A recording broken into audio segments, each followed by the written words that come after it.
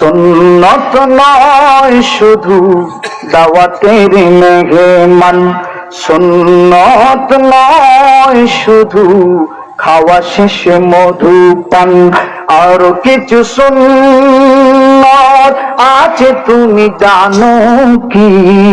জানলে ও জীবনে কখনো তা মানো কি? জানলে ও জীবনে কখনো তা মানো কি? জুড়ে বলুন মারহাবা।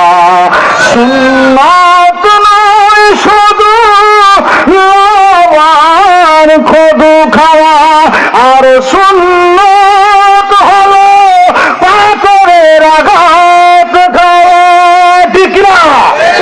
সুন্নাত নয় শুধু লওয়ার খদু খাওয়া, আর সুন্নাত হলো পাথরের আঘাত খাওয়া। মহব্বতের সে সুদিনের সাথী করে পার করে নিও গো আমায়। আরো কিছু সুন্নাত, বলো না, আরো কিছু সুন্নাত আছে তুমি জানো কি? জানলে ও জীবনে কখনো তা মানো কি?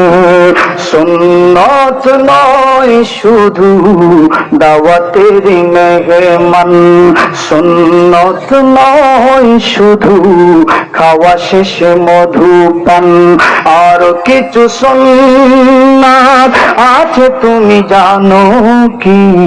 জানলে ও জীবনে কখনো তা মানো কি? দূরে বলি মারহাবা। নবী বলেন উম্মত,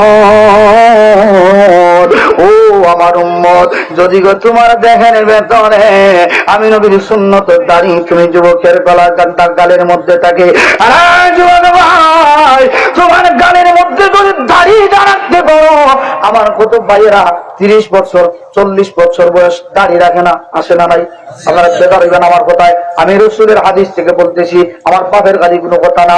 রসুল বলতেছেন, ও যুবক ভাই, যদি দুনিয়ার জমিনে নবীর সুন্নত দাড়িটা তোমার মুখের মধ্যে রাখতে পারো, একটা আমল যদি একটা ওয়াজ থেকে করে যেতে পারো, একটা আমল যদি একটা শিখে যেতে পারো, একটা আমল